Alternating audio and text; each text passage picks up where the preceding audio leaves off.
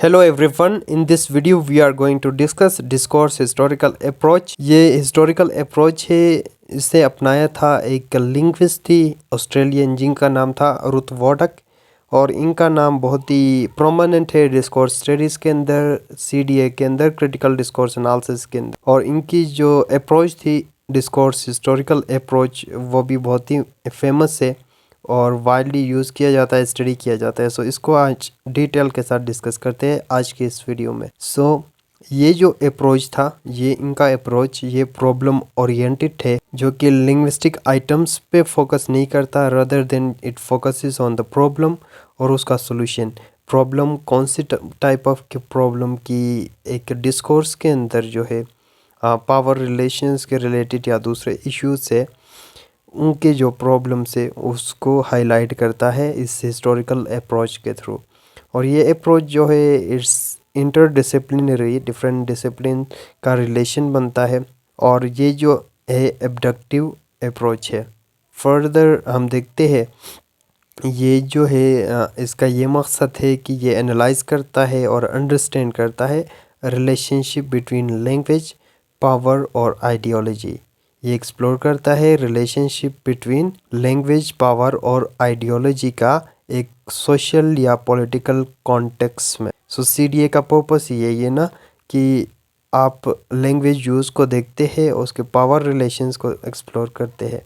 सो इसके ऊपर काम किया था रुथ वॉर्डक ने। फर्दर मोर ये मॉडल एक्सप्लेन करता है रोल ऑफ डिस्कोर्स कि किस तरह डिस्कोर्स शेप करता है या रिफ्लेक्ट करता है सोशल रियलिटीज़ को, और किस तरह अनकवर करता है कि किस तरह लैंग्वेज यूज़ हुई है कंस्ट्रक्ट करने के लिए पावर स्ट्रक्चर्स को और सोशल हायरार्कीज़ को हम देखते हैं और आइडियोलॉजिकल सिस्टम्स को एक्सप्लोर कर सकते हैं किसी भी डिस्कोर्स में यूजिंग दिस मॉडल। सो ये था discourse historical approach. Further more ये जो है एक्सप्लोर करता है डिफरेंट वेज को जिसमें एक पार्टिकुलर टाइप या जॉनरास ऑफ डिस्कोर्स जो है they are subjected to diachronic change. अभी ये डाइक्रोनिक चेंज क्या है? Diachronic, you might heard about diachronic change and synchronic change. So diachronic change उस चेंज को कहा जाता है which takes place over a period of time, यानी historically over a period of time, और सिंक्रोनिक कंटेम्प्रेरी टाइम, उसी time पे।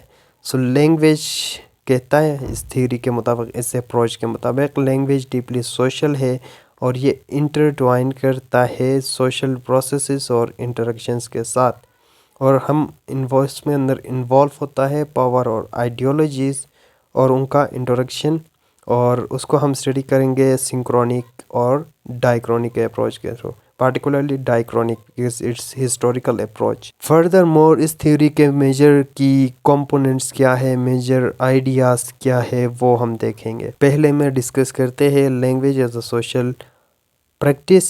बहुत सारे अदर लिंग्विस्ट ने भी अपने मॉडल में लैंग्वेज को एज अ सोशल प्रैक्टिस करार दिया है।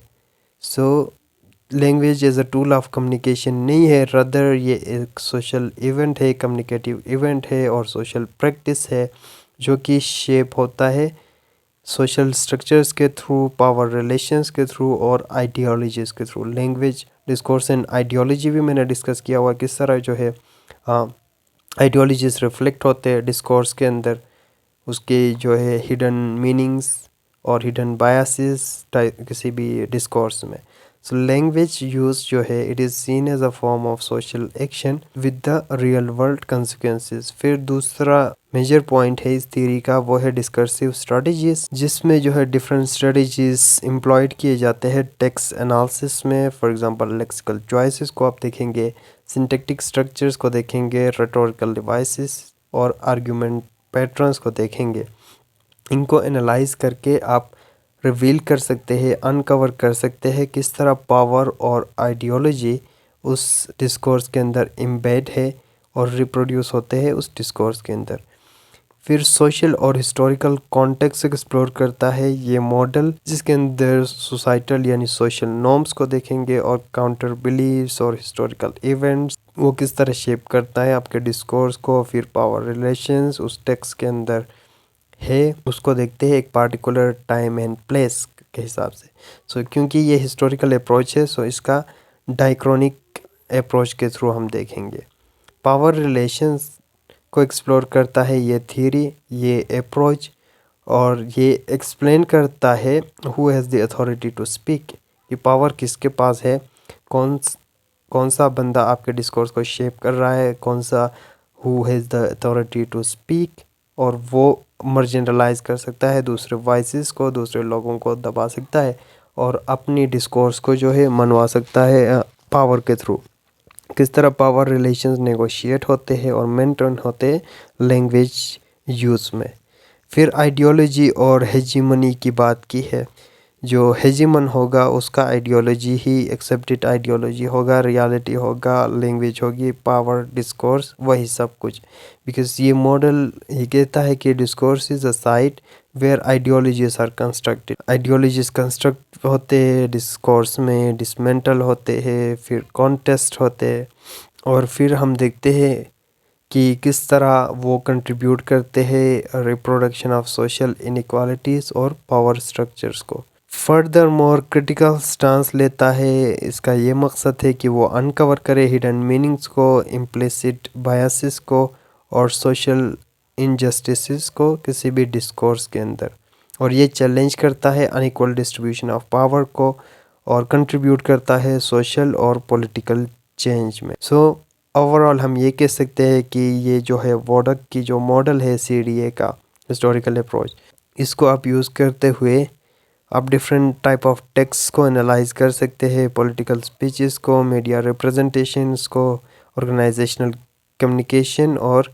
एवरीडे कम्युनिकेशन कन्वर्सेशंस को, ताकि आप अनकवर कर सके, रिवील कर सके अंडरलाइनिंग पावर डायनामिक्स क्या उसके अंदर इन्वॉल्व है, या क्या आइडियोलॉजीज शेप देते हैं उस डिस्कोर्स को।